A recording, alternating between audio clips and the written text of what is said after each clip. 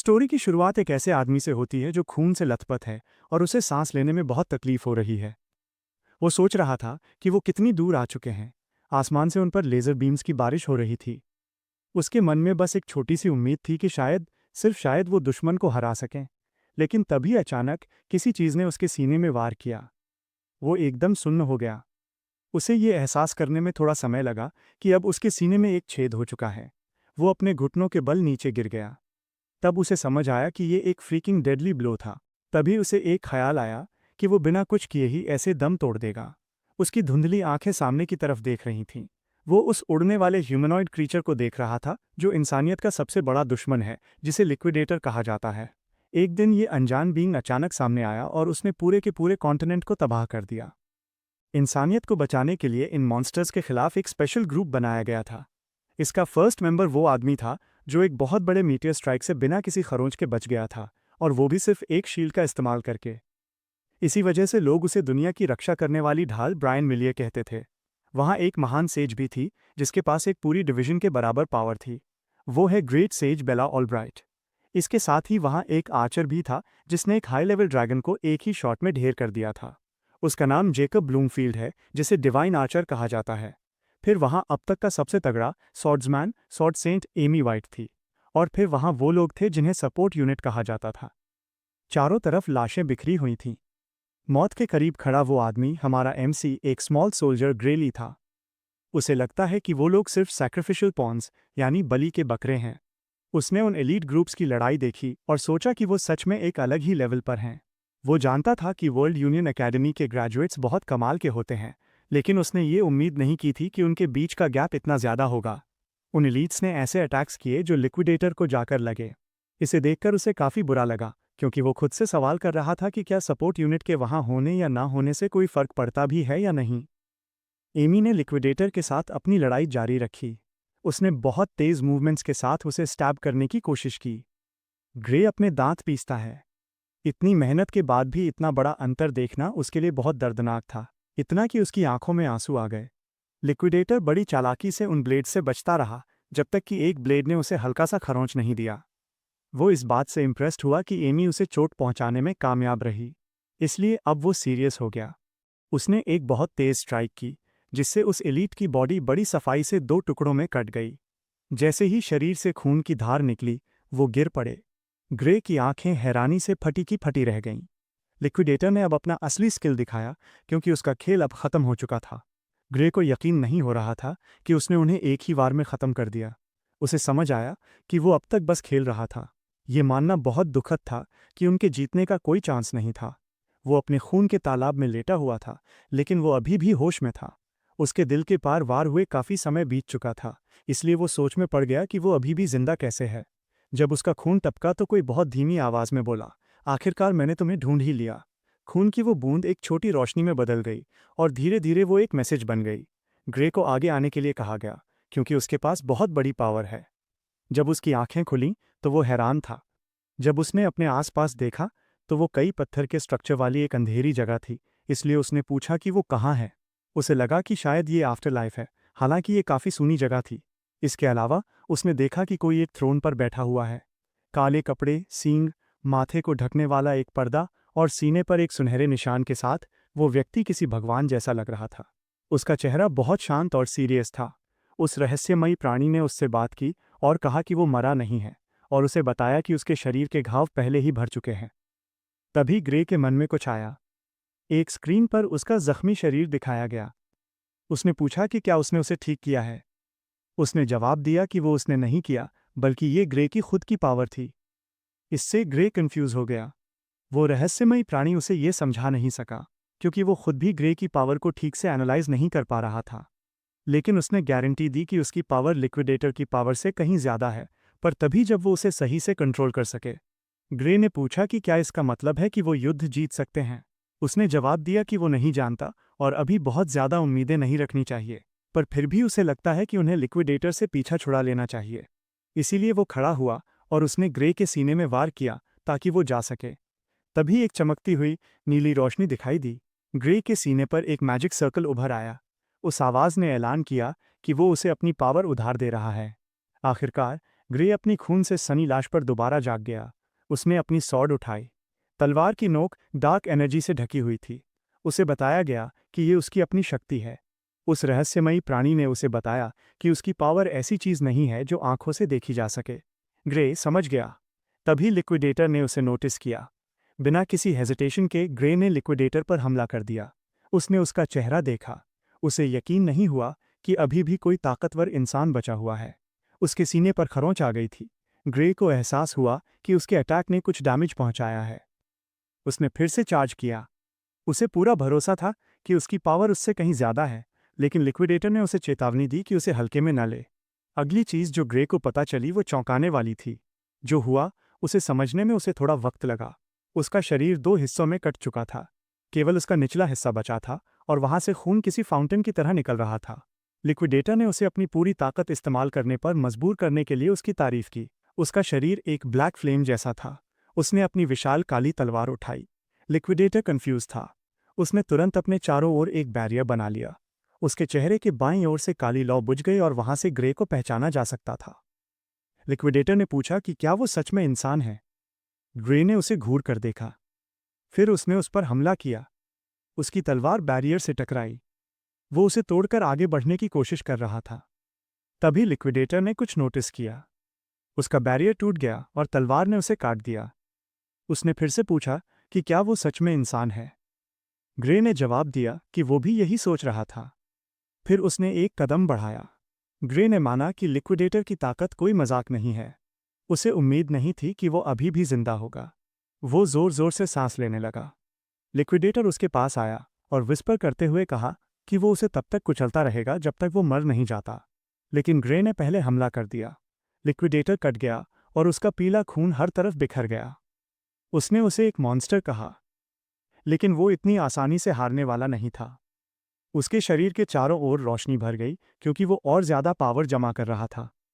उसने अपने हाथ जोड़े और एक मैजिक सर्कल दिखाई दिया। उसने कहा कि वक्त खत्म हो गया है।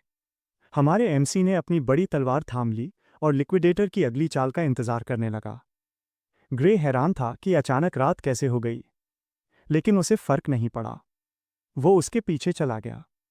उसने उसकी गर्दन काटने के बारे में सोचा, लेकिन उसकी तलवार उसके बैरियर ने रोक दी। ये देखकर वो दंग रह गया। लिक्विडेटर ने उसे बताया कि ये सब बेकार है, क्योंकि प्लेन ऑफ ट्रू डस्क के अंदर कोई भी चीज़ उसे नुकसान नहीं पहुंचा सकती। इसलिए उसने उसे सलाह दी कि वो अपनी फालतू की कोशिशें बंद करे और सितारों को देखे। ग्रे की आंखें फटी रह गईं। उसकी आंखों में वो सितारा चमक रहा था। वो बड़ा होता गया और उसकी आंखों में तेज रोशनी भरने लगी। लिक्विडेटर कहता है कि ये बहुत खूबसूरत है। ये सूरज की तरह था। और अचानक वो आसमान से नीचे गिरा। उसका इम्पैक्ट बहुत खतरनाक था। वो टूटते सितारे ने जमीन पर एक गड्ढा बना दिया और हमारा एमसी कहीं नहीं मिला। लिक्विडेटर को लगा कि अगर वो पूरी तरह धूल में मिल गया है तो दोबारा जिंदा नहीं हो पाएगा। लेकिन वो तब हैरान रह गया जब एक पोर्टल बनने लगा और वो एक बड़ा मैजिक सर्कल बन गया। तभी कोई बोला, जिसने वहां मौजूद भारी मात्रा में पावर को पहचाना। उसे उम्मीद थी कि ये उसे वापस ले जाने के लिए काफी है। लिक्विडेटर ने पहचान लिया कि वो क्रोनोस था। क्रोनोस ने उस महान शक्ति वाले व्यक्ति से पूछा कि क्या वो उसे सुन सकता है, और चूंकि उसने अपनी सारी शक्ति इस्तेमाल कर ली थी, इसलिए उसने उसे पास्ट में भेजने का फैसला किया। लिक्विडेटर ने क्रोनोस को बुरा भला कहा। क्रोनोस ने ग्रे से कहा कि ये सब वो उसके लिए बस इतना ही कर सकता है। जादुई घड़ी टिक टिक करने लगी। गिनती पीछे की तरफ शुरू हुई। जब वो एक पर पहुंची तो उसने उससे कहा कि वो दुनिया की किस्मत उसे सौंप रहा है। इसी के साथ ग्रे घास पर लेटे हुए एक छोटी सी नींद से जागा। वो कंफ्यूज था कि वो कहाँ है। हमारा एमसी एक मैदान के बीच में उठा। आसमान साफ था और घास हरी थी। फिर उसने अपनी दाईं ओर देखा और पहचान लिया कि वो उसका अपना गांव रेनाटो विलेज था। वो चकित था क्योंकि वो वहां नहीं होना चाहिए था, क्योंकि वो 15 साल पहले तबाह हो चुका था। फिर उसे याद आया कि उसे पास्ट में वापस भेजने की बात हुई थी। उसे विश्वास ही नहीं हो रहा था कि ये सच में हो गया। उसने अपने हाथ का सहारा लिया, लेकिन उसे अपना जख्म दिखा। उस समय उसे बेल्डर और बाकी लोग परेशान किया करते थे। इस बार उसने खुद से कहा कि वो इन जैसे लोगों से नहीं पिटेगा। लेकिन वो जानता था कि वो लोग ताकतवर थे और वो उन्हें नहीं हरा सकता था। उसने एक लंबी सांस ली और कहा कि लिक्विडेटर को हराना बस एक सपना था। उसने सोचा कि जब वो थोड़ा और ताकतवर हो जाएगा तब उनसे निपटेगा, क्योंकि वो चोट नहीं खाना चाहता था। लेकिन जंगल में चलते समय बदकिस्मती से उसका सामना उनसे हो गया। उनका लीडर बेल्डर था, जो सबसे बड़ा बुली था।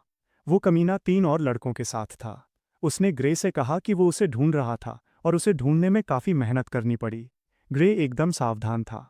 बेल्डर ने उसके सामने एक तलवार फेंकी और उसे उठाने को कहा। वो एकदम अनजान सा लगा, इसलिए बेल्डर ने उसे डांटा कि वो पागल बनने का नाटक न करे। वो एक मॉक बैटल करना चाहता था। ग्रे ने मना कर दिया और कहा कि उसका जख्म अभी भरा नहीं है। उसने उसे बुलाने के लिए शुक्रिया कहा और बताया कि जब तक उसका घाव ठीक नहीं होता वो हिस्सा नहीं ले सकता। बेल्डर ने जवाब दिया कि उसे फिक्र करने की ज़रूरत नहीं है, क्योंकि ब्लेड ब्लंट है। ग्रे ने कहा कि तलवार चाहे कितनी भी ब्लंट क्यों ना हो, वो फिर भी लोहे का एक टुकड़ा है और गलत जगह लगने पर किसी को भी चोट पहुंचा सकती है। बेल्डर उस पर चिल्लाया कि अपना मुंह बंद रखे। उसने उससे कहा कि उसे मना करने का कोई हक नहीं है, और अगर उसे तलवारें पसंद नहीं हैं तो उसने उसे बेवकूफ़ कहा और बोला कि वो बिना हथियार के लड़ सकता है। बेल्डर तुरंत आगे बढ़ा। ग्रे अचानक हुए इस हमले से संभल नहीं पाया। उसे यकीन नहीं हुआ कि वो उसे निहत्थे होने पर भी पीटना चाहता था। अब उसे नहीं लग रहा था कि उसका इरादा वाकई एक मॉक बैटल का था। उसे याद आया कि वापस भेजे जाने से पहले मिलिट्री डॉक्टर ने उससे क्या कहा था। डॉक्टर ने बताया था कि उसकी स्वॉर्ड्समैनशिप में सुधार न होने की वजह बचपन में लगी एक चोट थी, और इस पर सोचते हुए वो कह सकता था कि यहीं से उसकी एक लूज़र वाली जिंदगी शुरू हुई थी। वो बेल्डर के हमले से बचने के लिए एक तरफ हट गया। इससे वो कंफ्यूज हो गया। बेल्डर ने चिढ़कर आवाज़ निकाली, जबकि ग्रे ये सोच रहा था कि क्या बेल्डर के वार हमेशा से इतने स्लो थे। वो एक और हमले से बचने के लिए नीचे झुक गया। वो दोनों एक डांस जैसी मोशन में आ गए, जहां बेल्डर हमला करता और वो उससे बच निकलता। उसे एहसास हुआ कि ऐसा इसलिए नहीं था कि बेल्डर स्लो था। बेल्डर चिढ़ गया कि वो उसे मार नहीं पा रहा है। तलवार ग्रे के चेहरे से बस 1 इंच दूर थी, लेकिन वो तेजी से हटा और उनके बीच का गैप कम कर दी। उसे समझ आया कि सही जवाब ये था कि वो खुद बहुत तेज हो गया है। बाकी तीनों लड़के उसकी ये चाल देखकर दंग रह गए थे। उन्होंने कहा कि ऐसा लग रहा है जैसे वो पूरी तरह से एक अलग इंसान बन गया है। वो तलवार उठाने के लिए आगे बढ़ा। वो जानता था कि शायद उसके पास अब वो शरीर नहीं है जो पहले हुआ करता था, लेकिन उसके पास उन लड़ाइयों की यादें थीं जो वो लड़ चुका था। बेल्डर ने उस पर वार करने के लिए छलांग लगाई। हमला पीछे से हो रहा था, फिर भी उसने अपने बिना जख्मी वाले हाथ से तलवार घुमाकर उसे बड़ी चतुराई से रोक दिया। बेल्डर को चोट लगी और उसके मुंह से एक कराह निकली। ग्रे ने यह उम्मीद नहीं की थी कि इतना वार उसे गिराने के लिए काफ़ी होगा। उसे लगा कि क्या ऐसे एमेचर से लड़ना सही भी है, पर उसने सोचा कि ये बंदा रहम के लायक नहीं है। उसने खुद को समझाया कि ये वही कचरा लोग हैं जिन्होंने उसे तब परेशान किया था जब वो लड़ नहीं सकता था। लेकिन इस बार मामला अलग था। उसने हमला किया जिससे बेल्डर के हाथ से तलवार छूट गई। बेल्डर जोर से चिल्लाया। उसे इतनी आसानी से तलवार छोड़ते देख ग्रे समझ गया कि वो एक एमेचर से भी गया गुजरा है। उसने उससे कहा कि शायद उसे तलवार का वार झेलने की ट्रेनिंग नहीं मिली है। हमारा एमसी बेल्डर के सामने आया और उससे कहा कि फिक्र करने की कोई बात नहीं है। अपनी तलवार थामते हुए उसने वही बात दोहराई कि जब तक तलवार ब्लंट है तब तक किसी को पीटना पूरी तरह से सेफ है। बेल्डर को चोट लगी। उसे यकीन नहीं हुआ कि उसके कंधे से खून बहने लगा है। जब उसके चेहरे पर खून के छींटे पड़े तो वो जोर जोर से रोने लगा और घुटनों के बल गिर गया। ग्रे को उम्मीद नहीं थी कि तलवार ब्लंट नहीं होगी, लेकिन जब उसने चेक किया तो वो पूरी तरह से ब्लंट थी। अगर ये एक तेज तलवार होती तो बेल्डर शायद मारा जाता। उसने उनकी तरफ गुस्से से देखा और मारना जारी रखा। बेल्डर की नाक पर चोट लगी। वो खून से लथपथ होकर पीछे की तरफ गिर गया। ग्रे ने तलवार के ब्लंट हिस्से का ही इस्तेमाल करने का फैसला किया। वो बेल्डर के ऊपर खड़ा हुआ और पूछा कि वो इतना चिल्ला क्यों रहा है। उसे चिल्लाने का कोई हक नहीं है जब वो खुद कह रहा था कि ब्लंट तलवार सेफ होती है। वो उसकी तरफ शैतानी अंदाज में मुस्कुराया। बेल्डर अब डरने लगा था। वो उन तीनों लड़कों पर चिल्लाया कि वहां खड़े मत रहो और आकर इसे मारो। वो तीनों डरे हुए थे क्योंकि ग्रे अचानक इतना स्ट्रांग हो गया था। उनमें से एक ने आइडिया दिया कि वो पीछे से एक साथ हमला करेंगे। उन्होंने उसे घेर लिया।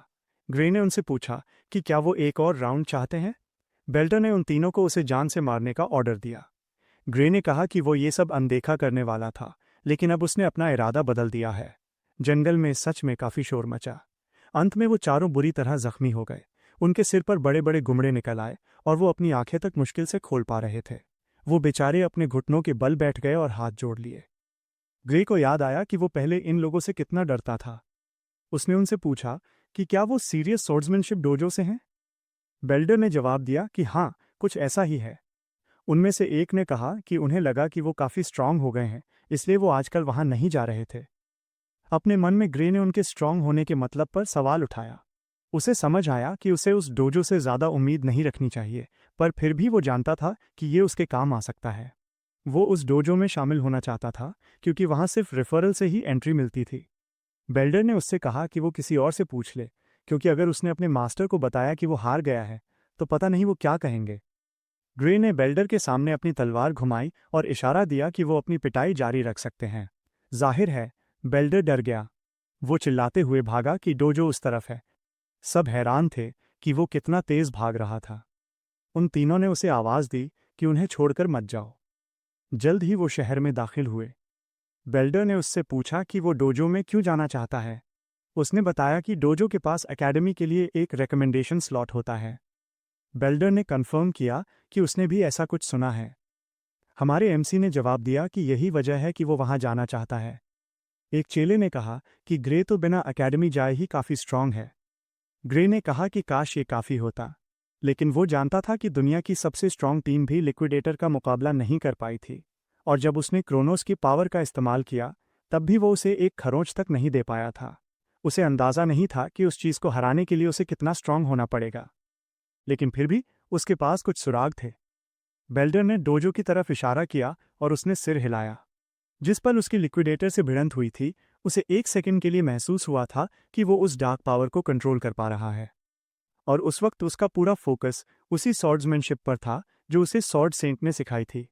उसने सोचा कि अगर उसने स्वॉर्ड सेंट जैसी कंडीशंस में ट्रेनिंग की होती तो शायद उस लड़ाई का नतीजा कुछ और होता। वो जानता था कि इसीलिए क्रोनोस ने उसे यहाँ भेजा है। आखिरकार वो डोजो पहुंच गए और वहां की महिला ने उनकी बातें सुन लीं। वो कंफर्म करना चाहती थी कि क्या इन बदतमीज़ों ने एक आम इंसान को परेशान करने की कोशिश की, और वो भी उस स्वॉर्ड्समैनशिप से जो उन्होंने उससे सीखी थी, और अंत में उनकी खुद की धुलाई हो गई। ये महिला स्वॉर्ड्समैनशिप डोजो की इंस्ट्रक्टर सारिया थी।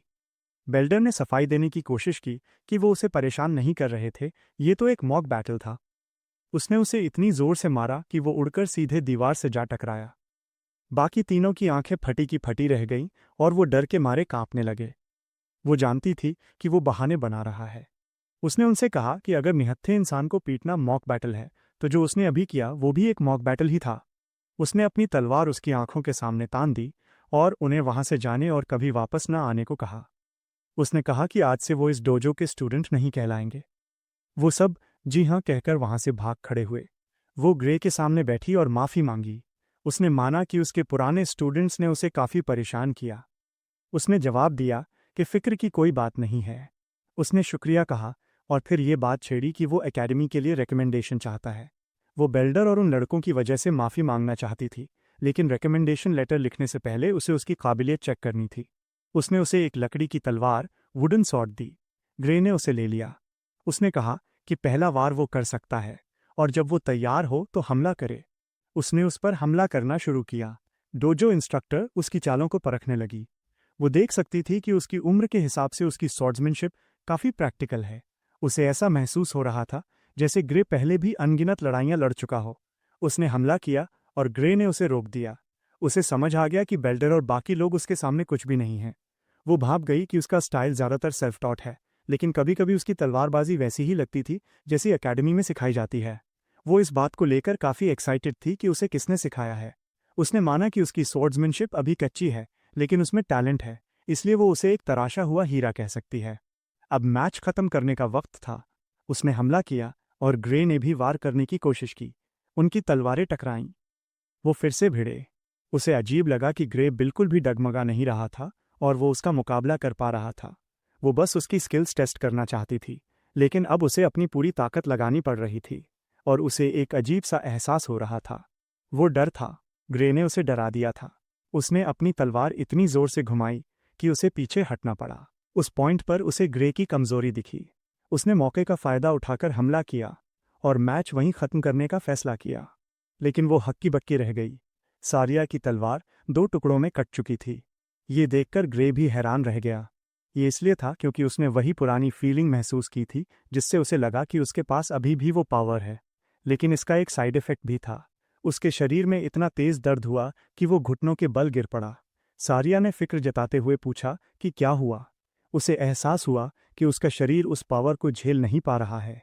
उसके पैर कांप रहे थे, लेकिन वो खड़ा हुआ और बोला कि वो ठीक है। ये जानते हुए कि वो मुश्किल से खड़ा हो पा रहा है, उसने मन ही मन गांठ बांध ली कि वो इस पावर का इस्तेमाल बिना सोचे समझे नहीं करेगा। उसने सारिया को इसके बारे में बताने की सोची, लेकिन सारिया उलझन में थी कि वो उसे ऐसे क्यों घूर रहा है। उसने सोचा कि उसे नहीं बताना चाहिए, क्योंकि अगर वो बता भी देगा तो शायद वो यकीन नहीं करेगी। उसने बस बहाना बना दिया कि वो भावनाओं में बह गया था। लेकिन अंदर ही अंदर सारिया जानती थी कि एक कुंद लकड़ी की तलवार से उसकी तलवार काटना नामुमकिन था, और वो जानती है कि ग्रे भी ये बात जानता है। उसे ऐसे घूरते देख ग्रे ने पूछा कि क्या हुआ। सारिया समझ गई कि वो जो हुआ उसके बारे में बात नहीं करना चाहता। उसने थोड़ा सोचा, फिर एकेडमी के रिकमेंडेशन वाले टॉपिक पर वापस आई। उसने कहा कि वो उसे किंगडम के सबसे बेहतरीन इंस्टीट्यूशन रॉयल एकेडमी ऑफ स्वॉर्ड्समैनशिप के लिए रिकमेंडेशन दे सकती है, लेकिन वो उसे वहां जाने की सलाह नहीं देगी, क्योंकि उसे लगता है कि वो जगह उसके लिए सही नहीं है। ये सुनकर ग्रे को बुरा लगा। उसे लगने लगा कि शायद उसमें वाकई ताकत की कमी है। तभी सरिया ने कहा कि एक और जगह है जहां उसे निशाना लगाना चाहिए, और वो है वर्ल्ड यूनियन एकेडमी। ग्रे की आंखें हैरानी से फटी रह गईं। सारिया का मतलब था कि उसे सिर्फ किंगडम का बेस्ट नहीं बनना चाहिए, बल्कि उसे दुनिया के टॉप इंस्टीट्यूशन में होना चाहिए। ये सुनकर उसका दिमाग चकरा गया। वो अच्छी तरह जानता था कि ये वही जगह है जहां से स्वॉर्ड सेंट और बाकी सब आए थे। उसने पूछा कि क्या उसके जैसा कोई वहां वाकई एक्सेप्ट हो सकता है। हैरानी की बात यह थी कि उसने जवाब दिया कि ये नामुमकिन है। वो जानती थी कि ग्रे खुद भी ये बात समझता है। उसका शरीर तलवार चलाने के लिए अभी फिट नहीं है। वो जानती थी कि अगर रॉयल एकेडमी होती तो शायद वो अपनी स्किल्स के दम पर वहां टिक जाता, लेकिन वर्ल्ड यूनियन एकेडमी में ये नहीं चलेगा। उसने सवाल किया कि इतने कमजोर शरीर के साथ उसने ऐसी स्किल्स कैसे हासिल की। ग्रे जानता था कि वो सही कह रही है। वो जानता था कि उस एकेडमी का हर कोई एक असली मॉन्स्टर है, और ऐसे शरीर के साथ वो मुकाबला नहीं कर सकता। वो उदास दिखने लगा। सारिया ने उसका चेहरा देखा और पूछा कि वो हार क्यों मान रहा है। उसने याद दिलाया कि एंट्रेंस एग्जाम में अभी 9 महीने बाकी हैं। ग्रे ने कहा कि सिर्फ 9 महीने ही तो हैं। उसने अग्री किया कि शायद वक्त कम हो, पर वो चाहती थी कि वो उस पर भरोसा करे। उसने पूछा कि क्या वो अगले 9 महीनों तक दर्द सहने के लिए तैयार है। उसने जवाब दिया कि वो दर्द तो नहीं सहना चाहता, पर वो ये करेगा। उसने खुद को अगले 9 महीनों के लिए उसे सौंप दिया। इसी के साथ वो पूरी तरह बदल गई, जिसे देखकर ग्रे दंग रह गया। अपने चेहरे पर एक शैतानी मुस्कान के साथ उसने उससे कहा कि अब उसके नरक की शुरुआत होगी। दिन बीतते गए और वो उसके साथ कड़ी ट्रेनिंग करता रहा। वो बिना रुके मेहनत करता रहा। ग्रे ने लजीज और अजीब दोनों तरह का खाना खाया। वो उसके साथ मुकाबला करता और अपनी तलवारबाजी को लगातार सुधारता रहा। हमारा एमसी हर हाल में एंट्रेंस एग्जाम के समय तक तैयार होने के लिए अड़ा हुआ था। 8 महीने बाद बदलाव साफ दिखने लगे थे। सारिया देख सकती थी कि वो काफ़ी मस्कुलर हो गया है, और अब उसके पास उसे सिखाने के लिए और कुछ नहीं बचा था। उसने उसे पूरे कॉन्फिडेंस के साथ बाहर जाने के लिए मोटिवेट किया। वो कंफ्यूज था, क्योंकि एग्जाम में अभी भी 1 महीना बाकी था। उसने समझाया कि किसी ऐसी जगह पर एग्जाम देना जिसकी आपको आदत न हो, आसान नहीं होगा, इसलिए बेहतर यह है कि वो वहाँ जल्दी पहुँच जाए। उसने उसे सफ़र के लिए और 1 महीने के खाने के लिए पैसे दिए। वो उन्हें लेने में थोड़ा हिचकिचाया। साथ ही उसे लगा कि 1 महीना पहले जाना बहुत जल्दी होगा। उसे ऐसा लगा जैसे वो उसे गांव से बाहर निकाल रही है। उसने जवाब दिया कि वो बस ज़्यादा सोच रहा है। उसने पास में ही एक ओगर के घोंसले नेस्ट के मिलने की बात छेड़ी। ये सुनकर वो हैरान रह गई। उसने आगे कहा कि गांव में मुश्किल से ही कोई गार्ड है। उसने खुद को शांत दिखाने की कोशिश की और उससे कहा कि उनका इससे कोई लेना देना नहीं है। उसने उसे यकीन दिलाया कि राजधानी से मदद आ जाएगी, इसलिए उन्हें फिक्र करने की ज़रूरत नहीं है। उसने उस पर जोर दिया कि वो बिना किसी चिंता के एग्ज़ाम के लिए निकल जाए। वो समझ गया कि वो झूठ बोल रही है। वो जानता था कि गांव में कभी कोई मदद नहीं आएगी, और गांव तबाह होने से ठीक पहले उसकी मास्टर अपनी जान गंवा देगी। अपनी पिछली जिंदगी में उसने खबर सुनी थी कि वो अकेले ओगर को मारने गई थी और मारी गई थी। लेकिन उसने बस इतना जवाब दिया कि वो समझ गया कि वो क्या चाहती है। उसने उसका शुक्रिया अदा किया और बताया कि वो जा रहा है। वो हल्का सा मुस्कुराई और उसे एग्जाम के लिए गुड लक कहा। बाद में उस रात एक पेड़ पर लकड़ियों से बिंधे हुए कंकाल लटके हुए थे। सारिया जंगल में दिखाई दी। स्काउट की रिपोर्ट के हिसाब से उसने जंगल के रास्ते का पीछा किया और उसे खून के निशान मिले जो सीधे एक डरावनी मानदेह की तरफ जा रहे थे। लेकिन वो तब रुक गई जब एक आवाज़ ने उसे पुकारा और पूछा कि वो कहाँ जा रही है। जब उसने ऊपर देखा तो उसने ग्रे को पेड़ की एक टहनी पर बैठे देखा। वो उसे देखकर मुस्कुराया और उसे मास्टर कहा। उसे वहां देख वो हैरान रह गई। उसने पूछा कि वो वहां क्या कर रहा है, जबकि उसे तो अकेडमी के रास्ते पर होना चाहिए था। उसने भी उससे वही सवाल किया, जबकि उसने पहले कहा था कि ओगर के घोंसलों का ख्याल राजधानी की सेना रखेगी। उसने उसे बताया कि सेना किसी इमरजेंसी की वजह से नहीं आ सकी, इसलिए उसने खुद इससे निपटने का फैसला किया। उसने उसे भरोसा दिलाया कि वो अकेली ही काफ़ी है, क्योंकि उसने स्काउट की रिपोर्ट से घोंसले की ताकत का अंदाज़ा लगा लिया था। उसने बताया कि बॉस एक इलीट ओगर है और घोंसले में कुल मिलाकर 40 से 50 मॉन्स्टर्स हैं। उसने माना कि उनके चेलों की गिनती संभालना थोड़ा मुश्किल होगा। इसके बारे में सोचते हुए ग्रे जानता था कि वो इतने स्ट्रांग नहीं थे, लेकिन ओगर की असली ताकत उसकी अक्ल और लीडरशिप में होती है। ग्रे को पता था कि घिर जाने का खतरा कितना बड़ा है और अकेले लड़ना सुइसाइड करने जैसा है। और वो एक बात को लेकर श्योर था, अगर उसने अपनी मास्टर को अकेले जाने दिया तो वो जिंदा वापस नहीं आएगी और गांव को ओगर्स तबाह कर देंगे। उसने ये फ्यूचर अपनी आंखों से देखा था। उसने कहा कि वो उसके साथ जाना चाहता है। उसने मना कर दिया और जोर दिया कि वो अकेली ही काफ़ी होगी। उसने उसे समझाने की कोशिश की कि वो असली लड़ाई का एक्सपीरियंस लेने का मौका नहीं छोड़ना चाहता। फिर उसने पूछा कि क्या उसे लगता है कि वो उसके रास्ते में आएगा। ये सुनकर वो हंस पड़ी, क्योंकि वो जानती थी कि वो अच्छी तरह जानता है कि वो रुकावट नहीं बनेगा, खासकर तब जब वो अब उससे मॉक बैटल में जीत भी नहीं पाती थी। उसने दलील दी कि असली लड़ाई में कुछ भी हो सकता है, खासकर अगर वो मॉन्स्टर्स का घोंसला हो जो अचानक बन गया हो। और ऐसे खतरनाक काम के लिए बेहतर ये है कि वो तब तक इंतज़ार करे जब तक उसे असली लड़ाइयों का थोड़ा और एक्सपीरियंस न हो जाए। वो समझ गया कि वो नहीं मानेगी, इसलिए उसने एक आइडिया दिया। वो एक्साइटेड हो गई। उसने उसे बताया कि वो उसके साथ लड़ेगा, उसे बेहोश कर देगा और ओगर से खुद निपट लेगा। उसके अंदाज को देखकर ये मजाक नहीं लग रहा था। सारिया चुप रह गई। आखिरकार वो मान गई, लेकिन उसने एक शर्त रखी कि चाहे कुछ भी हो जाए वो जिंदा वापस आए। उसने उसे यकीन दिलाया और उसके भी जिंदा रहने की दुआ की। चांदनी रात में वो एक बड़ी चट्टान के पीछे छिपकर ओगर्स की टोली पर नजर रख रहे थे। वहां का इलाका ऐसा था कि भागने की कोई जगह नहीं थी। इससे पता चलता था कि ऐसी जगह पर घोंसला बनाने में वो कितने कॉन्फिडेंट थे। इसका मतलब ये भी था कि ग्रे और सारिया भी भाग नहीं सकते थे। और चूंकि वो अक्लमंद मॉन्स्टर्स से निपट रहे थे, इसलिए उसने सावधानी से काम लेने का फैसला किया। उसने टोली को ध्यान से देखना शुरू किया। उसे बॉस कहीं नहीं दिखा, तो उसने अंदाजा लगाया कि वो शायद टेंट के अंदर है। वो बस ये उम्मीद कर सकते थे कि बॉस के बाहर आने से पहले वो उनकी गिनती कम कर दें। उसने ग्रे को इंस्ट्रक्शन दिए कि वो एक तरफ के दुश्मनों को खत्म करे, जबकि वो दूसरी तरफ का ख्याल रखेगी। ग्रे मान गया और वो टूट पड़े। एक ओगर को कुछ एहसास हुआ। इससे पहले कि वो समझ पाता कि क्या है, सारिया उसके सामने थी और उसका सिर काट दिया। दूसरे ओगर ने सिर को जमीन पर लुढ़कते देखा। उसने तुरंत बाकी ओगर्स को अलर्ट कर दिया और देखते ही देखते एक झुंड हमला करने आ गया। दूसरी तरफ ग्रे एक के बाद एक दुश्मनों को काट रहा था। वो बहुत तेज मूव कर रहा था और सारिया भी। ये सच में एक खून खराबा था। आखिरकार वो दोनों एक साथ आ गए। जमीन पर बहुत सारी ओगर की लाशें पड़ी थीं। उसने उसकी तारीफ की और यहाँ तक पूछा कि क्या ये वाकई उसका पहला मौका था, लेकिन ग्रे ने बात पलट दी और उसे चौकन्ना रहने को कहा। वो तो बस शुरुआत कर रहे थे। अंदर ही अंदर ग्रे को कुछ अजीब लगा। ओगर्स बहुत कमज़ोर थे। अगर वो वाकई इतने कमज़ोर होते तो वो जानता था कि उसकी मास्टर उनसे अकेले निपट सकती थी। इसीलिए उसे लगा कि असली खतरा टेंट के अंदर है। उस घुप अंधेरे टेंट से लाल आंखों की एक जोड़ी बाहर झांक रही थी। वो उसे ही घूर रही थी, जिससे वो बेचैन हो गया।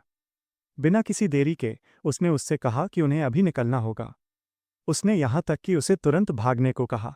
सारिया ने पूछा कि क्या हुआ। वो घबराया हुआ दिख रहा था और उस पर चिल्लाया कि बस चलो।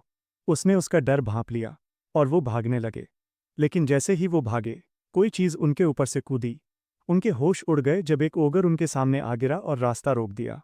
सारिया उस एलीट ओगर को देखकर हंसी। उसने कहा कि ये उसके लिए सम्मान की बात है कि बॉस खुद उनके पास आया। लेकिन ग्रे ने उसे बताया कि वो बॉस नहीं है। तभी एक दूसरे ओगर ने भयानक दहाड़ मारी।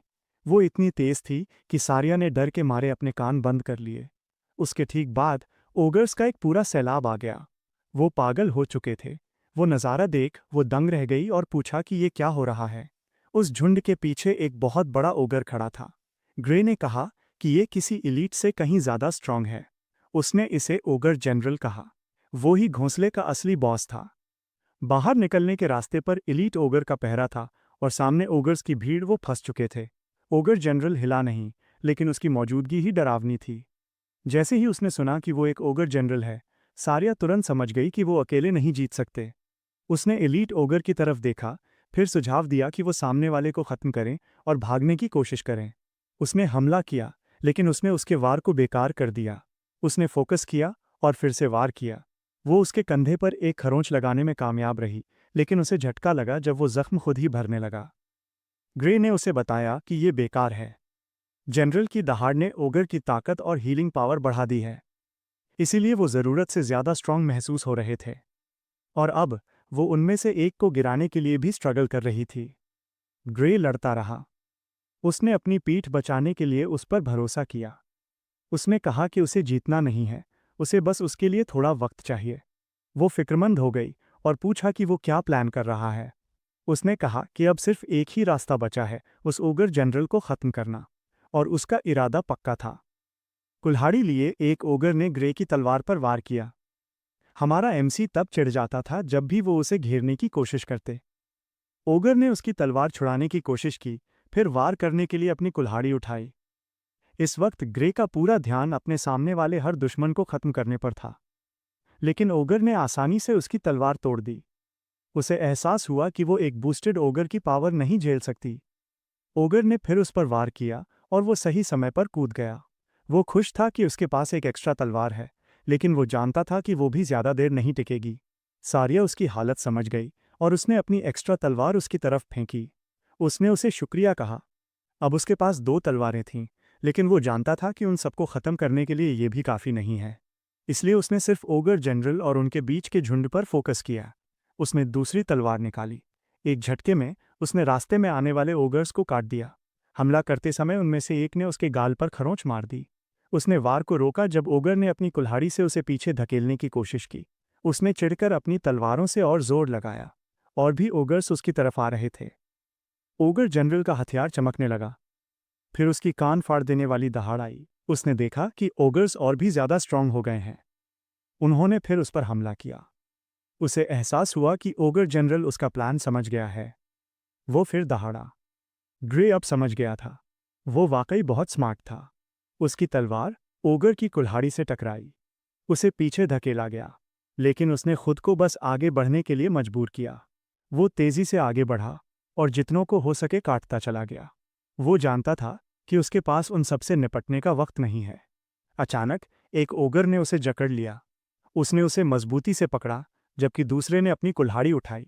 ग्रे ने पकड़े हुए ओगर की गर्दन काट दी। उसे एहसास हुआ कि वो खुद को उसके आगे फेंक कर उसकी तलवारों को घिसने की कोशिश कर रहे थे। इसी बीच एक साया उसके ऊपर मंडराने लगा। ये इसलिए था क्योंकि एक ओगर कूदा था और उसे मुक्का मारने के लिए तैयार था।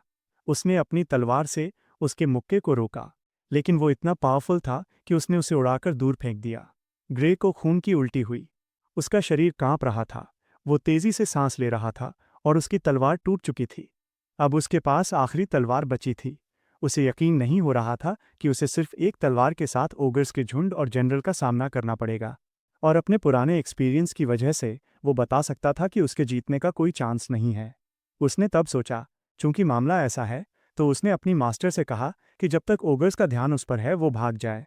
वो हैरान थी, लेकिन वो ऐसा नहीं कर सकती। सारिया ने जवाब दिया। हमलों का बचाव करते हुए उसने उससे पूछा कि क्या वो बेकार में मरना चाहती है। उसने उसे यकीन दिलाया कि वो उसके पीछे भागकर आ जाएगा। लेकिन उसने उसे बताया कि ये वो बात नहीं है। उसके चेहरे पर एक गंभीर भाव था। फिर उसके चेहरे पर एक हार मान लेने वाला लुक आया जब उसने माना कि वो अब और नहीं भाग सकती। उसका पैर कट चुका था और वहां से बहुत खून बह रहा था। ये देख ग्रे का चेहरा सफेद पड़ गया। अब उसके पास कोई रास्ता नहीं बचा था। अपने मन में वो सिर्फ एक ही मकसद के साथ पास्ट में आया था, लिक्विडेटर्स को हराना। उसने अपनी तलवार घुमाई, ये सोचते हुए कि उसकी जिंदगी शायद यहीं खत्म हो जाएगी। उसकी आखिरी शॉट भी टूट गई, पर उसने हार मानने से मना कर दिया। उसने याद करने की कोशिश की कि उस वक्त वो पावर कैसी महसूस होती थी। उसने सोचा कि क्यों ना उस पावर को फिर से इस्तेमाल किया जाए ताकि वो अपने दुश्मनों को ख़त्म कर सके। जब ओगर्स उस पर अटैक करने के लिए तैयार हो रहे थे, उसने खुद को पुरानी बातें याद करने पर मजबूर किया। ग्रे ने अपनी आंखें जोर से बंद कर लीं, और जैसे ही उसकी सॉर्ड का आखिरी टुकड़ा उसकी आंखों के सामने से गुजरा, उसने अपनी आंखें खोलीं और वो लाल चमक रही थीं। फाइनली उसे वो एहसास मिल गया। उसने अपनी ब्लैक शैडो सॉर्ड घुमाई और कई ओगर्स पर एक फेटल स्ट्राइक की। धुंध ने उसके चेहरे और उसकी ब्लेड को ढक लिया था। सारिया बहुत कंफ्यूज्ड थी। ग्रे के चेहरे पर एक गंभीर लुक था, पर जब उसने सारिया की तरफ देखा तो वो मुस्कुराया और कहा कि सब ठीक है। एक ही स्विंग में उसने कई ओगर्स के सिर काट दिए। ओगर जनरल की सॉर्ड फिर से चमकने लगी थी, पर एक ही पल में उसे काट दिया गया। सारिया ने ये सब नोटिस किया, पर जब उसका ध्यान भटका तभी एक ओगर ने उस पर पीछे से हमला करने की कोशिश की। उसे एहसास हुआ कि अटैक्स अब बहुत कमज़ोर लग रहे थे। उसने कमेंट किया कि पहले ये लोग उसे बहुत परेशान करते थे, पर अब वो इन्हें आसानी से काट पा रही थी। उसने कहा कि जनरल के बूस्ट के बिना ये कुछ भी नहीं है। जब उन्होंने ओगर्स को पूरी तरह हरा दिया तब तक काफ़ी रात हो चुकी थी। ग्रे ने सारिया की सॉर्ड तोड़ने के लिए माफ़ी मांगी। सारिया को बुरा नहीं लगा, क्योंकि उसने उसकी जान बचाई थी। उसने सॉर्ड उसे वापस कर दी। वो उससे उस अजीब पावर के बारे में पूछने ही वाली थी कि तभी ग्रे अचानक गिर पड़ा। वो ज़मीन पर मुंह के बल गिरा। सारिया घबरा गई और उसका नाम पुकारने लगी। ग्रे का कॉन्शियसनेस एक अंधेरे रेल्म में चला गया। उसने खुद से पूछा कि वो कहाँ है। हर तरफ बस अंधेरा था, सिवाय सामने दिख रहे एक अकेले दरवाजे के। वो कंफ्यूज होकर आसपास देखने लगा। तभी ब्लैक फ्लेम्स ने उस दरवाजे की जंजीरों को जला दिया। उसने उसे पहचान लिया। ये वही पावर थी जिसे उसने इस्तेमाल किया था। उसने सोचा कि क्या उस दरवाजे को खोलने से उसे वो पावर फिर से मिल जाएगी। ये सोचकर वो थोड़ा बेचैन हो गया। फिर भी वो उसकी तरफ बढ़ा, पर अचानक उसे अपने पीछे एक बहुत ही डरावनी प्रेजेंस महसूस हुई। इससे वो एकदम जम गया और पीछे हट गया। उसकी सांसें तेज और लड़खड़ाने लगीं। उसे अंदर से पता था कि अगर उसने इस हालत में वो दरवाज़ा खोला तो वो पक्का मर जाएगा। तभी कहीं से एक आवाज़ आई कि उसने सही फैसला लिया है। और बस वो अचानक जाग गया। वो हाँफ रहा था और पसीने में भीगा हुआ था। सारिया चौंक गई। वो फाइनली जाग गया था। उसने पूछा कि वो कहाँ है। सारिया ने बताया कि वो विलेज के इन्फर्मरी में है। उसने ये भी बताया कि वो 5 दिनों से बेहोश था। उसने माना कि वो डर गई थी कि शायद वो कभी नहीं जागेगा। जब उसे पता चला कि वो 5 दिनों से बाहर था तो उसे समझ आया कि उसने अपनी बॉडी को हद से ज़्यादा पुश कर दिया था। सारिया ने कहा कि पुश करना भी कम शब्द है जो उसने किया था उसके लिए। पर इसे छोड़ते हुए उसने चेक किया कि क्या वो हिल पा रहा है। ग्रे ने मूव करने की कोशिश की, पर उसे तुरंत एहसास हुआ कि उसके राइट आर्म में बिल्कुल ताकत नहीं है। वो मेहनत करके उसे हिला तो सकता था, पर उसे चिंता होने लगी।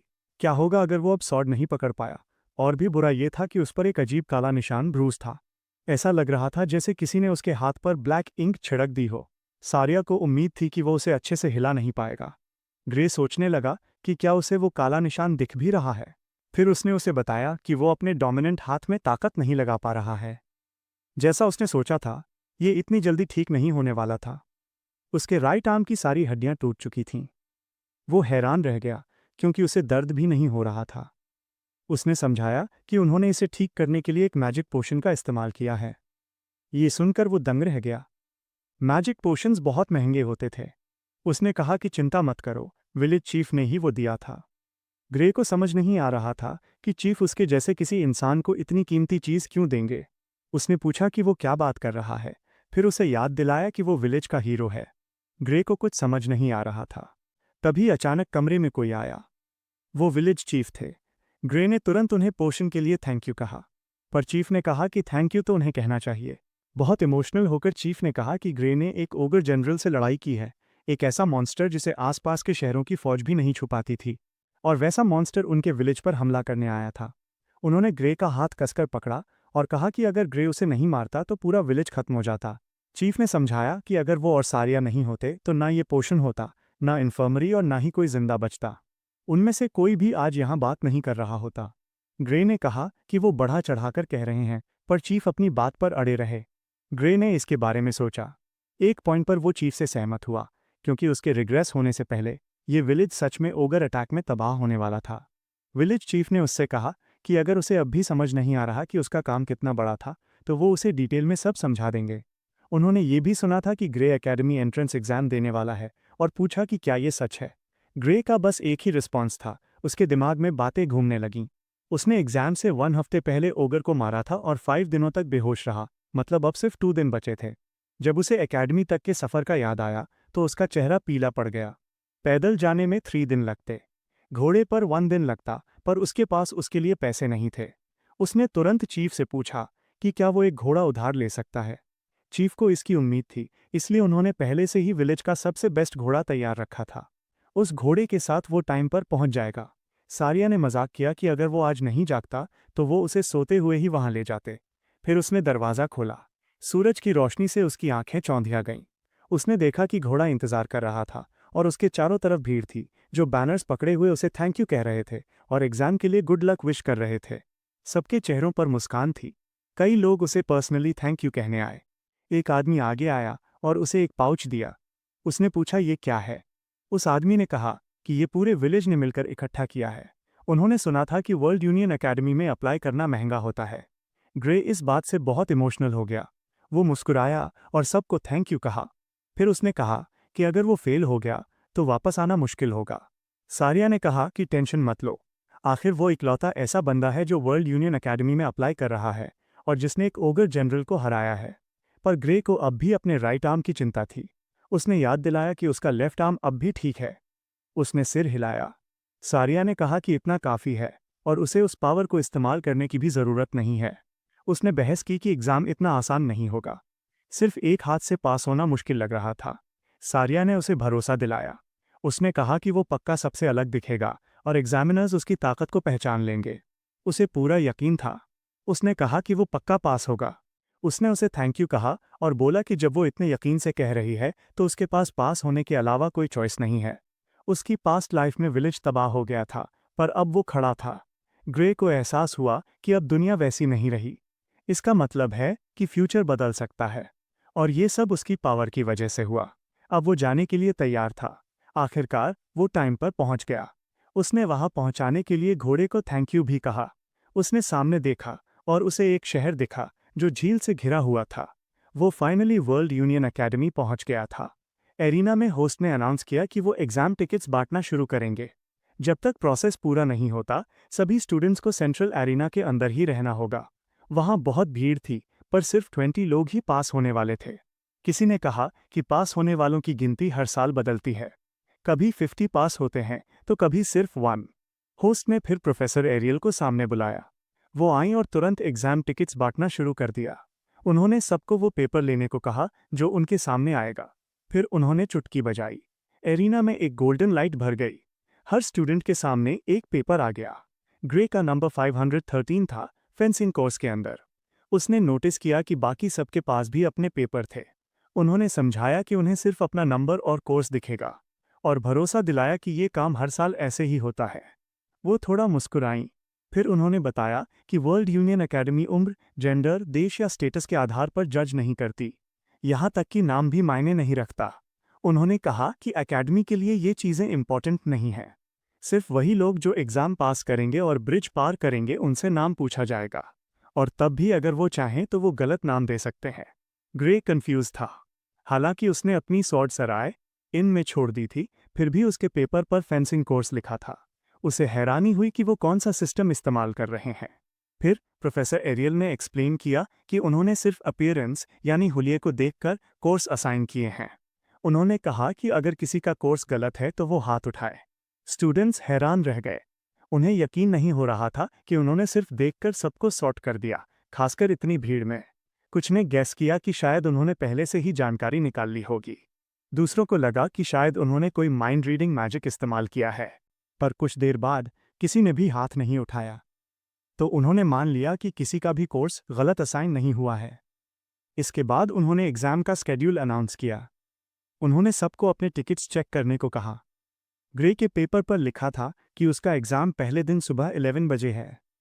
वो इससे खुश नहीं था। वो होप कर रहा था कि उसे थोड़ा और टाइम मिल जाए ताकि उसका हाथ ठीक हो सके।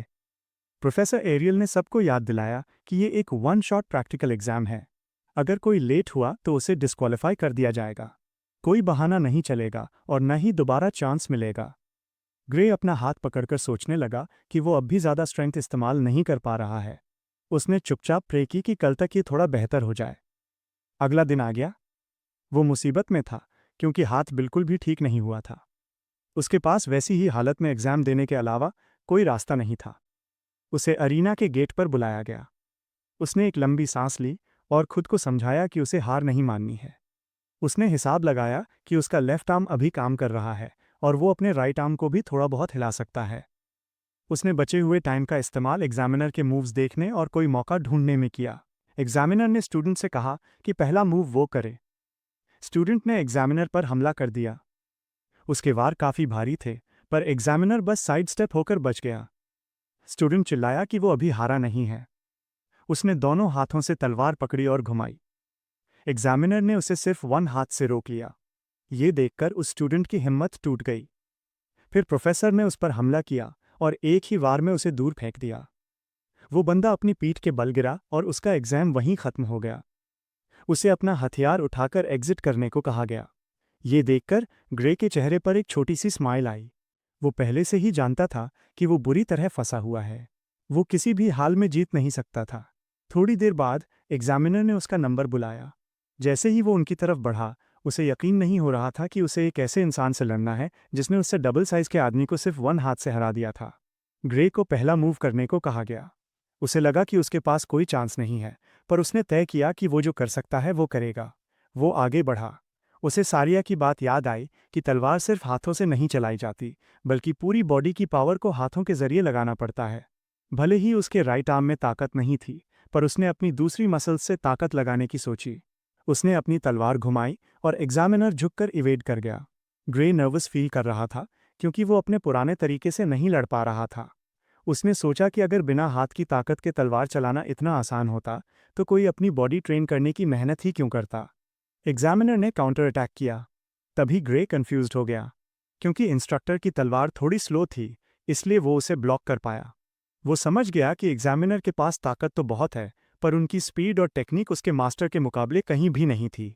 उसे यकीन था कि अगर वो अपनी मास्टर से सीखी हुई स्वॉर्ड्समैनशिप का इस्तेमाल करे तो वो हाथ की कमजोरी को कवर कर सकता है। ग्रे की आंखें तेज हो गईं और उसने सोचा कि अगर ऐसा है तो वो उसी हिसाब से मूव करने लगा और उसे पक्का यकीन हो गया कि एग्जामिनर स्लो है। वो उतना स्ट्रांग नहीं था जितना ग्रे ने सोचा था। उसे अपने मास्टर की बात याद आई कि वो पक्का पास होगा। उनकी तलवारें टकराईं और वो एग्जामिनर पर भारी पड़ने लगा। तब उसे भरोसा हुआ कि वो ये कर सकता है। उनकी फाइट चलती रही। हालांकि ग्रे ने एग्जामिनर की टेक्निक देख ली थी, फिर भी जब उसने हमला किया तो प्रोफेसर बच निकले। इससे ग्रे को लगा कि पावर का अंतर इतना ज़्यादा है कि वो उनका फॉर्म नहीं तोड़ पा रहा। उसे एहसास हुआ कि सिर्फ वन हाथ से जीतना इतना आसान नहीं है। खैर, जैसे जैसे उनकी लड़ाई बढ़ी, एग्जामिनर के मूवमेंट्स थोड़े रफ होने लगे। ग्रे के दिमाग में एक रिस्की मूव था। उसने सही टाइमिंग देखी और उन्हें लालच देकर अपने पास बुलाया। एग्जामिनर ने अटैक किया और ग्रे यही चाहता था कि वो एक वाइड ओपन स्विंग करें। उसने अपना वजन अपने दाएं पैर पर डाला, ये जानते हुए कि इससे एक ओपनिंग बनेगी। उसे पता था कि ज्यादातर दुश्मन एक बड़ा और साफ वार करने की कोशिश करेंगे। अचानक ग्रे एग्जामिनर के पीछे पहुंच गया। एग्जामिनर हक्का बक्का रह गया। हमारे एमसी को पता था कि पावर में कितना भी फर्क हो, अगर वो पीछे पहुंच गया तो वो उन्हें हरा सकता है। पर तभी अचानक उन्हें रुकने का ऑर्डर दिया गया। उसकी तलवार की नोक एग्जामिनर की पीठ से बस 1 इंच दूर थी। ग्रे को लगा कि क्या मैच सच में खत्म हो गया। उसे लगा कि इतनी जल्दी रुकना ठीक नहीं है। दूसरे एग्जामिनर ने अनाउंस किया कि उसका टाइम लिमिट खत्म हो गया है। जब रिजल्ट बताया गया तो उसकी आंखें फटी की फटी रह गईं। वो एक ड्रॉ था। ग्रे को यकीन था कि वो पास नहीं होगा। तलवार पर उसकी पकड़ ढीली पड़ गई, जैसे उसकी बॉडी ने हार मान ली हो। वो दुखी होकर अरीना से बाहर निकला क्योंकि उसने पास होने का मौका खो दिया था। उसे ये भी पता था कि अगर वो एग्जामिनर से नहीं जीत सकता तो आगे चीज़ें उसके लिए मुश्किल होंगी। उसे उम्मीद थी कि अगले साल तक उसका हाथ ठीक हो जाएगा तो वो फिर से एग्जाम देगा। जाने से पहले उसने आखिरी बार मुड़कर देखा और थैंक यू कहा। एक हफ्ते बाद वर्ल्ड यूनियन एकेडमी के मीटिंग रूम नंबर 53 में एकेडमी के हेड ने प्रोफेसर से कैंडिडेट्स के बारे में उनकी राय पूछी। एक प्रोफेसर ने कहा कि वो बहुत थक गए हैं। एक बुजुर्ग प्रोफेसर ने कहा कि सबका एक साथ मिलकर सबको देखना काफ़ी इनएफिशिएंट तरीका है और सजेस्ट किया कि अगले साल वर्कलोड बांट लेना चाहिए। दूसरे प्रोफेसर ने बचाव में कहा कि वो सिर्फ अपना काम आसान करने के लिए किसी टैलेंट को नज़रअंदाज नहीं कर सकते। हेड ने एक ठंडी सांस ली और याद दिलाया कि उन्होंने सिस्टम पर नहीं बल्कि कैंडिडेट्स पर राय मांगी है। उन्होंने स्वॉर्ड्समैनशिप कोर्स के कैंडिडेट से शुरुआत की। उन्होंने पूछा कि कौन पास हुआ है।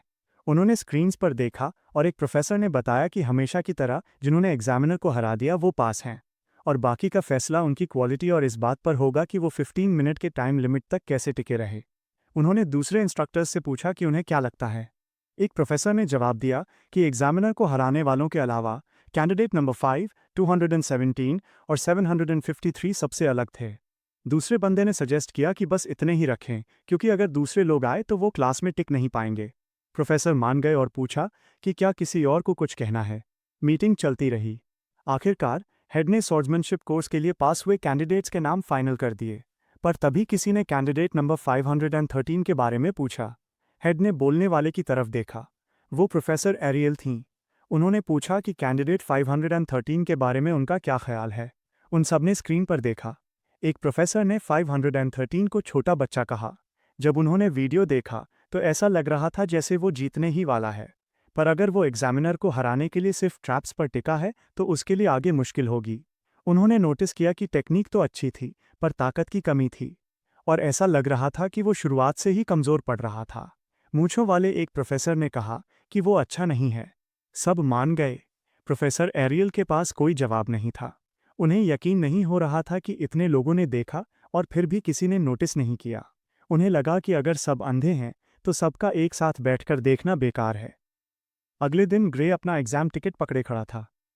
आखिरकार स्वॉर्ड्समैनशिप कोर्स का रिजल्ट अनाउंस होने वाला था। सिर्फ 6 लोग पास हुए थे। सब नर्वस होकर इंतजार कर रहे थे। सबसे पहले कैंडिडेट नंबर 5 को बुलाया गया। जैसे ही उनका नंबर आया, उनका एग्जाम टिकट जल गया। फिर नंबर 217 आया। उसके बाद 432 और 615। फिर 753 और 925। बस इतना ही था। जब ग्रे का नंबर नहीं आया तो वो पूरी तरह टूट गया।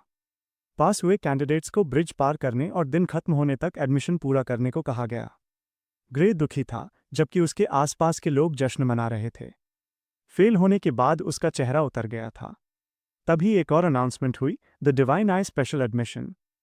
कुछ ही सेकंड बाद ग्रे का नंबर पुकारा गया और उसका एग्जाम टिकट नीली लपटों में जल उठा। आसपास के सब लोग चौंक गए। ग्रे एकदम जम गया। उसे कुछ समझ नहीं आ रहा था। भीड़ में लोग उसका मजाक उड़ाने लगे। ग्रे ने पहली बार इस स्पेशल एडमिशन के बारे में सुना था। कुछ ने कहा कि एकेडमी ने पक्का चीटिंग की है। उन्होंने कहा कि वर्ल्ड यूनियन एकेडमी अब बहुत गिर चुकी है। ग्रे ने यह सब सुना। वो कंफ्यूज था, क्योंकि उसकी कोई जान पहचान नहीं थी। उसने सोचा कि क्या उसके मास्टर ने कुछ किया है, पर उसने ऐसा कुछ सुना नहीं था। एक बुजुर्ग आदमी ने भीड़ को डांटा कि वो डिवाइन आई एडमिशन के बारे में ऐसी बातें न करें।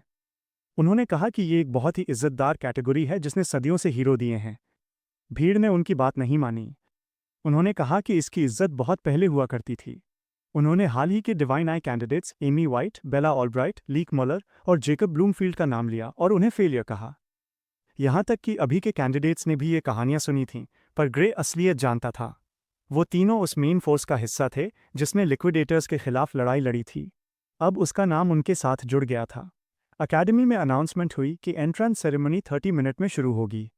जब स्टूडेंट्स ने कपड़े बदल लिए तो उन्हें मेन ऑफिस के सामने वाले मैदान में इकट्ठा होने को कहा गया। उनकी यूनिफॉर्म पर एक ब्लैक पैच था जिस पर अकेडमी का सिंबल बना था। हमारा एमसी बहुत डैशिंग लग रहा था। कुछ स्टूडेंट्स मैदान में जल्दी पहुंच गए, पर उन्हें पक्का नहीं था कि ये सही जगह है, क्योंकि वहां कुछ भी तैयार नहीं था। एक आदमी भागता हुआ आया और देरी के लिए माफ़ी मांगी। उसने कहा कि कुछ मिक्सअप हो गया था। उसने स्टूडेंट से पीछे हटने को कहा ताकि वो वहां सीढ़ियां रख सके। स्टूडेंट्स पीछे हट गए और पूछा कि क्या वो जहां खड़े हैं वो ठीक है। उस आदमी ने कहा कि ये एकदम परफेक्ट है। फिर वो घुटनों के बल बैठ गया। स्टूडेंट्स कंफ्यूज्ड थे। उसने ज़मीन को छुआ और एक बड़ा मैजिक सर्कल बन गया। ज़मीन हिलने लगी। स्टूडेंट्स के होश उड़ गए। वो ये देखकर हैरान थे कि उनके सामने एक पूरी स्ट्रक्चर खड़ी हो गई। उस आदमी ने फिर से माफ़ी मांगी और कहा कि वो जहां चाहें बैठ सकते हैं। स्टूडेंट्स सच में दंग थे। उन्हें समझ आया कि ये टेलीपोर्टेशन मैजिक था, पर उन्हें यकीन नहीं हो रहा था कि इतनी बड़ी चीज़ भी टेलीपोर्ट की जा सकती है। ग्रे बैठ गया। उसने सोचा कि स्कूल शायद चाहता है कि सेरेमनी ऐसी जगह हो जहां से बिल्डिंग दिख सके। उसे ये टेलीपोर्टेशन मैजिक का बहुत फिजूल खर्च लगा। वर्ल्ड यूनियन एकेडमी की ताकत देखकर वो वाकई एक्साइटेड था। स्टूडेंट्स ने नोटिस किया कि वहां सीटें बहुत ज़्यादा थीं। सिर्फ 30 स्टूडेंट्स ही सिलेक्ट हुए थे, तो इतनी ज़्यादा सीटों की ज़रूरत नहीं लग रही थी। जिस लड़की से वो बात कर रही थी वो हैरान थी कि उसे वजह नहीं पता। उसने माफ़ी मांगते हुए समझाया कि तलवार की ट्रेनिंग के अलावा उसने और कुछ ज़्यादा नहीं पढ़ा है। उस लड़की ने समझाने का ऑफ़र दिया। उसने कहा कि जैसा नाम से पता चलता है, ये एकेडमी पूरी दुनिया से स्टूडेंट्स को इकट्ठा करती है। फिर उसने आसमान की तरफ इशारा किया। दूसरी लड़की ये देखकर चौंक गई कि ऊपर एयरक्राफ्ट और ड्रैगन्स उड़ रहे थे। उसने पूछा कि वो क्या हैं। ग्रे स्ट्रैटोक्वीन नाम का मैजिक एयरशिप देखकर हैरान रह गया। वो एक बार इस पर चढ़ चुका था जब उसने लिक्विडेटर सबजुगेशन स्क्वाड ज्वाइन की थी। कहा जाता था कि ये दुनिया के सबसे बड़े एयरशिप्स में से एक है। उसे यकीन नहीं हो रहा था कि उन्होंने सिर्फ एक सेरेमनी के लिए इसका इस्तेमाल किया। वर्ल्ड यूनियन एकेडमी ने ग्रे की हर उम्मीद को पार कर दिया था। एयरशिप लैंड हुआ और स्टूडेंट्स नीचे उतरे। अब सब वहां मौजूद थे। एंट्रेंस सेरेमनी शुरू हो सकती थी। आखिरकार हेडमास्टर की स्पीच खत्म हुई। ग्रे बोर लग रहा था। उसे लगा कि ये सेरेमनी भी किसी नॉर्मल सेरेमनी जैसी ही है। प्रोग्राम का अगला हिस्सा हर कोर्स के टॉप स्टूडेंट्स की तरफ से ग्रीटिंग्स था। लियोन हार्ट, जो स्वॉर्ड्समैनशिप कोर्स का टॉप स्टूडेंट था, उसे सामने बुलाया गया। जब वो अपनी सीट से उठकर स्टेज की तरफ जा रहा था, स्टूडेंट्स उसके बारे में बातें करने लगे। उन्होंने सुना था कि उसने एग्जाम के दौरान पलक झपकते ही एग्जामिनर को हरा दिया था। कुछ ने तो यहाँ तक कहा कि वो स्वॉर्ड्समैनशिप में किसी भी प्रोफेसर जितना अच्छा है। ये स्टूडेंट है लियोन हार्ट। ग्रे उसे देख रहा था। माइक तक पहुंचने से पहले उसने हेड से कंफर्म किया कि क्या उसे खुलकर बोलने की परमिशन है। उन्होंने हाँ कहा और उसने उन्हें थैंक यू बोला। फिर उसने कहा कि उसे एकेडमी से एक कंप्लेंट है। अपनी बात आगे बढ़ाने से पहले उसने अपने फेलो स्टूडेंट्स और उन सभी का ग्रीट किया जो सही तरीके से एकेडमी में एडमिट हुए थे। उसने कहा कि उन सबके साथ एकेडमी में होना उसके लिए ऑनर की बात है। उसने उनसे कहा कि उन्हें ऐसे इंडिविजुअल्स की तरह ग्रेजुएट होना चाहिए जो दुनिया में मीनिंगफुल कॉन्ट्रीब्यूशंस दे सकें, इसलिए उसने सबको साथ मिलकर काम करने के लिए एनकरेज किया। उसने आगे जोड़ा कि वो उन दिनों का वेट कर रहा है जब वे इस प्रेस्टिजियस वर्ल्ड यूनियन एकेडमी के स्टूडेंट्स के तौर पर साथ मिलकर ऊंचे गोल्स हासिल करेंगे। पर उसने कहा कि उनके बीच कुछ ऐसे लोग भी हैं जो यहाँ होना डिजर्व नहीं करते। उसने प्रोफेसर एरियल से पूछा कि क्या वो सही कह रहा है। ये सवाल उनके लिए अनएक्सपेक्टेड था। उन्होंने कहा कि यहाँ मौजूद सभी स्टूडेंट्स कड़े एग्जाम्स पास करके आए हैं और भले ही वे उसके जितने स्ट्रांग ना हों, पर उन्हें नहीं लगता कि ये कोई वाइज आइडिया है। फिर उन्होंने उससे पूछा कि वो उनसे ये सवाल क्यों कर रहा है। लियोन हार्ट ने उनकी तरफ गुस्से में देखते हुए कहा कि वो उन लोगों की बात नहीं कर रहा जो एग्जाम्स पास करके प्रॉपरली एडमिट हुए हैं। उसने साफ कहा कि उसका मतलब उन स्टूडेंट से है जिन्हें उन्होंने बैकडोर से डिवाइन आई स्पेशल एडमिशन दिलाया है। फिर उसने उस स्पेशली एडमिटेड स्टूडेंट को खुद सामने आने की चैलेंज दी और उसे अपनी यूनिफॉर्म रिटर्न करके एकेडमी छोड़ने का ऑर्डर दिया। हवा में टेंशन भर गई। ग्रे को समझ नहीं आ रहा था कि वो इतना हॉस्टाइल क्यों है। फिर उसे याद आया कि लियोन हार्ट उसके ठीक बगल में बैठा था। उसे राहत मिली कि वो उसका चेहरा नहीं जानता। वो सोच रहा था कि अगर वो खुद आगे नहीं बढ़ता तो वो इस मामले में नहीं फंसेगा। प्रोफेसर एरियल ने माना कि इस साल के स्टूडेंट्स काफ़ी लाइवली हैं। लियोन हार्ट को लगा कि कोई उसे सीरियस नहीं ले रहा है। उसने उन्हें टोकते हुए कहा कि स्टूडेंट्स को बैकडोर से अंदर लेना बंद करें। उन्होंने पहले तो ज़्यादा कुछ नहीं कहा। फिर पलक झपकते ही वे उसके पास झुकीं और उसके कान में विस्पर किया, क्या तुम्हें सच में लगता है कि तुम उस बच्चे से ज़्यादा स्ट्रांग हो? उनकी ये मूव इतनी अनएक्सपेक्टेड थी कि पूरा अरीना शॉक हो गया। लियोन हार्ट हक्का बक्का रह गया। उसने अपने दांत पीसते हुए हाँ कहा और फिर पूछा कि क्या वे उसे गलत साबित करने की कोशिश कर रही हैं। प्रोफेसर एरियल को उसका कॉन्फिडेंस पसंद आया और उन्होंने एक बेट सजेस्ट की। इसमें लियोन हार्ट का इंटरेस्ट जग गया। उन्होंने अपनी जॉब और उस बच्चे का एडमिशन दोनों दांव पर लगा दिए। ग्रे इस सब से बहुत कंफ्यूज्ड था। लियोन हार्ट प्रोफेसर एरियल की तरफ मुड़ा और पूछा कि क्या वे उसे उस स्पेशल एडमिशन वाले बच्चे से लड़वाना चाहती हैं। प्रोफेसर एरियल ने शांति से जवाब दिया कि वे कभी इतना बोरिंग काम नहीं करेंगी। उन्होंने आगे कहा कि अगर ग्रे अपनी पूरी ताकत लगा दे तो लियोन हार्ट मारा जाएगा। एक रिस्पॉन्सिबल टीचर के तौर पर उन्होंने कहा कि वे कभी उनकी जान डेंजर में नहीं डालेंगी। गुस्से में लियोन हार्ट की नसें तन गईं। उसे अपनी इंसल्ट महसूस हुई, पर उन्होंने बस इतना कहा कि वे सिर्फ फैक्ट्स बता रही हैं। इसके बजाय उन्होंने एक सेफर ऑप्शन सजेस्ट किया जो मॉन्स्टर्स से जुड़ी एक बेट थी। उन्होंने कहा कि लियोन हार्ट वैसे भी इंसानों से ज़्यादा मॉन्स्टर्स से लड़ने में बेहतर है। उसने उनकी तरफ देखा, पर यह बात मान ली कि वे उसे अच्छे से जानती हैं। उसने पूछा कि आखिर बेट है क्या। उन्होंने इसे सादगी से समझाया। उनमें से हर कोई उनके चुने हुए एक मॉन्स्टर से लड़ेगा। हर राउंड के साथ मॉन्स्टर स्ट्रांग होते जाएंगे। जो सबसे पहले अपने मॉन्स्टर को हराने में फेल होगा वो हार जाएगा। दांव क्या था? अगर ग्रे हार गया तो प्रोफेसर एरियल रिटायर हो जाएंगी और स्पेशल एडमिशन स्टूडेंट्स को एक्सपेल कर दिया जाएगा। पर अगर लियोन हार्ट हार गया तो उसे वो सब करना होगा जो वे कहेंगी। फिर उन्होंने पूछा कि क्या वो तैयार है। लियोन हार्ट जानना चाहता था कि उन्हें किस तरह के मॉन्स्टर्स का सामना करना पड़ेगा। उसे अपनी स्किल्स पर पूरा कॉन्फिडेंस था, पर वो किसी अजीब चीज़ में नहीं फंसना चाहता था। पल भर सोचने के बाद उन्होंने पहले टारगेट का खुलासा किया, एक ओगर जनरल। फिर उन्होंने मजाक में पूछा कि क्या ये उसके लिए बहुत आसान है। पूरी क्लास स्टन रह गई, पर ग्रे ने कोई रिएक्ट नहीं किया। इसके बजाय उसे क्यूरियोसिटी हुई कि उन्होंने यही मॉन्स्टर क्यों चुना। दूसरी तरफ लियोनहार्ट आग बबूला था। वो चिल्लाया कि एक ओगर जनरल ऐसी चीज़ नहीं है जिसे कोई अकेला हरा सके। प्रोफेसर एरियल ने साफ किया कि उन्हें ये अभी के अभी नहीं करना है, उन्हें पूरा 1 साल दिया जाएगा। लियोनहार्ट भड़क गया। अगर कोई सिर्फ 1 साल में डिजास्टर लेवल मॉन्स्टर को सोलो कर सकता तो लोग मुसीबतें ही क्यों झेलते। वो चिल्लाया कि कोई रियलिस्टिक चीज़ चुने। अपनी सांसें काबू करते हुए वो रुका, और फिर उसे उनका असली प्लान समझ आया। उसे लगा कि वे जानबूझकर कोई इम्पॉसिबल चीज़ चुन रही हैं ताकि कोई साफ विनर ना निकल सके। पर कॉन्फिडेंस के साथ उसने ऐलान किया कि वो इस खेल में शामिल नहीं होगा। एरियल मुस्कुराई और एक आखिरी कंडीशन जोड़ दी। अगर मैच ड्रॉ पर ख़त्म हुआ तो लियोनहार्ट को ही विनर माना जाएगा। सीधा मतलब ये था कि अगर ग्रे ओगर जनरल को हराने में फेल रहा तो उन्हें फायर कर दिया जाएगा और सभी स्पेशल स्टूडेंट्स को एक्सपेल कर दिया जाएगा। उन्होंने उससे पूछा कि उसे ये कैसा लगा। उसने उनकी तरफ ऐसे देखा जैसे वे पागल हो गई हों। उसे लग रहा था कि यह बेट पहले से ही उसके खिलाफ है। उन्होंने उसकी खामोशी को उसकी अग्रीमेंट मान लिया।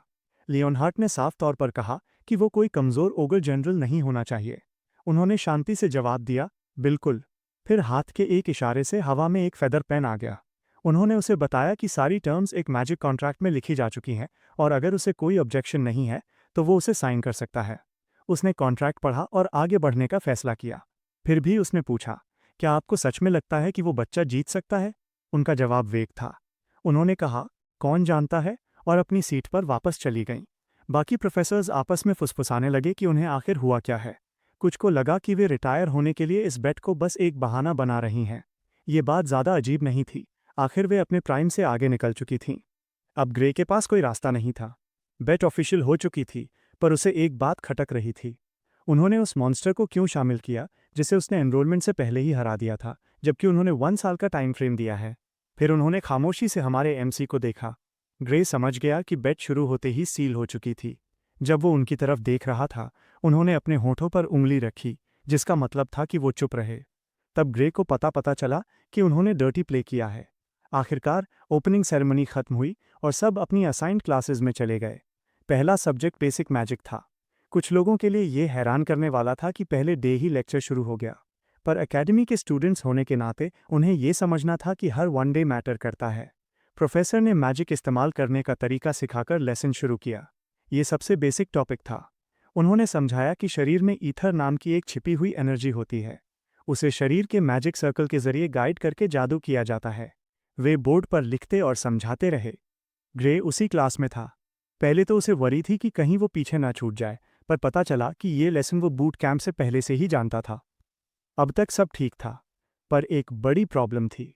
सभी मुमकिन क्लासेस में से वो लियोनहार्ट के साथ एक ही क्लास में आ गया था।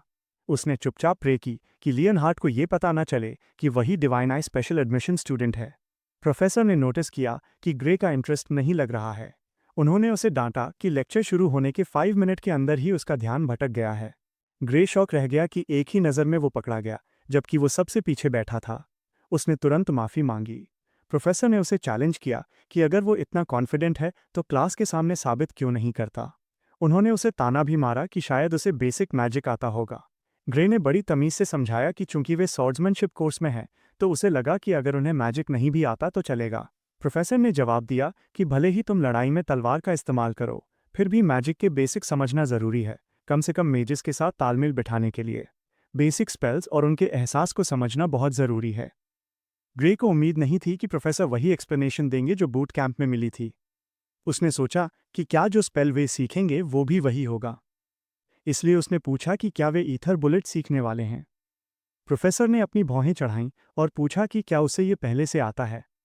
ग्रे ने हाँ कहा। उसे राहत मिली। कम से कम वो दर्दनाक बूट कैंप वेस्ट नहीं गया था। मौका देखकर प्रोफेसर ने एक मैच सेटअप करने का फैसला किया। वे जानते थे कि लियोनहार्ट, जिसे वे लियोन बुलाते थे, उसे भी ईथर बुलेट आता है। लियोनहार्ट ने इसे कंफर्म किया। उसने जोड़ा कि एकेडमी में आने से पहले ही उसने स्वॉर्ड्समैनशिप और मैजिक दोनों में ट्रेनिंग ली है, जिसकी वजह से उसके मुताबिक किसी दूसरे स्टूडेंट के लिए उससे सीरियसली लड़ना रिस्की हो सकता है। पर प्रोफेसर को कोई वरी नहीं थी। उन्होंने कहा कि भले ही स्किल में बड़ा फर्क हो, वे सिर्फ ईथर बुलेट्स इस्तेमाल कर रहे हैं। इससे कोई मरने वाला नहीं है। और उनका लियोनहार्ट को होल्ड बैक करने के लिए कहने का भी कोई इरादा नहीं था। ग्रे को समझ आ गया कि वो मुसीबत में है। प्रोफेसर डेविल की तरह मुस्कुराए और सब कुछ खोलकर रख दिया। लियोनहार्ट ने बड़े ठंडे तरीके से रिस्पॉन्ड किया। उसने कहा कि वो ग्रे को दिखाएगा कि चीज़ें असल में कैसे काम करती हैं और अकेडमी वाकई कैसी जगह है। लियोनहार्ट ने ग्रे की तरफ गुस्से में देखा और उसे आगे आने को कहा। वे आमने सामने खड़े हो गए। प्रोफेसर ने समझाया कि जैसे ही वो सिग्नल देंगे दोनों एक दूसरे पर ईथर बुलेट्स फायर करेंगे। ग्रे ने बूट कैंप के दौरान सिर्फ कुछ डेज तक मैजिक की ट्रेनिंग ली थी, और भले ही प्रोफेसर ने कहा था कि ये जानलेवा नहीं होगा, पर वो जानता था कि वो बिना चोट खाए यहाँ से नहीं जाएगा। प्रोफेसर ने स्टार्ट करने का सिग्नल दिया। लियोनहार्ट ये साबित करने पर तुला था कि वो कितना ज़्यादा स्ट्रांग है। ग्रे के पास कोई रास्ता नहीं था। उसने बस आगे बढ़ने का फैसला किया। लियोनहार्ट ने रोशनी का एक छोटा सा नीला गोला छोड़ा, पर जब ग्रे ने अपना स्पेल कास्ट किया तो उसके सामने एक बड़ा और चमकता हुआ नीला गोला बन गया। अगला ही पल देखकर सब दंग रह गए। सबके चेहरे जम गए, यहाँ तक कि हमारे एमसी को भी यकीन नहीं हो रहा था। ग्रे के ईथर बुलेट ने लियोनहार्ट के गोले को कुचल दिया। इससे लियोनहार्ट की चीख निकल गई। प्रोफेसर ने तुरंत बीच में आकर लियोनहार्ट के सामने एक बैरियर बना दिया ताकि उसे बचाया जा सके। उन्हें राहत मिली कि उन्होंने उसे बचा लिया, पर सबकी हैरानी का ठिकाना नहीं रहा जब वो बैरियर टूट गया। वो पूरी तरह शैटर हो गया और लियोनहार्ट को उड़ाकर दूर फेंक दिया। उससे हवा का एक तेज झोंका और आंखों को चौंधिया देने वाली रोशनी निकली। दूसरे स्टूडेंट्स पर भी इसका असर पड़ा। लियोनहार्ट जोर से चिल्लाया और फर्श पर जा गिरा। प्रोफेसर भागकर उसके पास पहुंचे और पूछा कि क्या वो ठीक है। लियोनहार्ट खड़ा हुआ और बोला कि वो ठीक है। प्रोफेसर ने चैन की सांस ली। फिर उन्होंने ग्रे की तरफ देखा। उन्हें एहसास हुआ कि अगर बैरियर ने असर को कम नहीं किया होता तो लियोनहार्ट मारा जा सकता था। और इससे भी ज़्यादा हैरान करने वाली बात यह थी कि कोई भी प्रोफेसर इतना स्ट्रांग ईथर बुलेट पैदा नहीं कर सकता था। उन्होंने ग्रे की तरफ मुड़कर पूछा, तुमने अभी ये क्या किया? ग्रे कंफ्यूज्ड था। लियोनहार्ट का ईथर बुलेट उसे इतना कमज़ोर लगा कि उसे लगा ही नहीं कि यह वही स्पेल है। इससे वो सोचने लगा कि क्या जो ईथर बुलेट उसने सबजुगेशन स्क्वाड में सीखा था वो अकेडमी में सिखाए जाने वाले से अलग था। उसने पूछा कि क्या शायद उसने गलत स्पेल इस्तेमाल कर दिया है। प्रोफेसर ने कहा, नहीं, ये पक्का एक ईथर बुलेट ही था।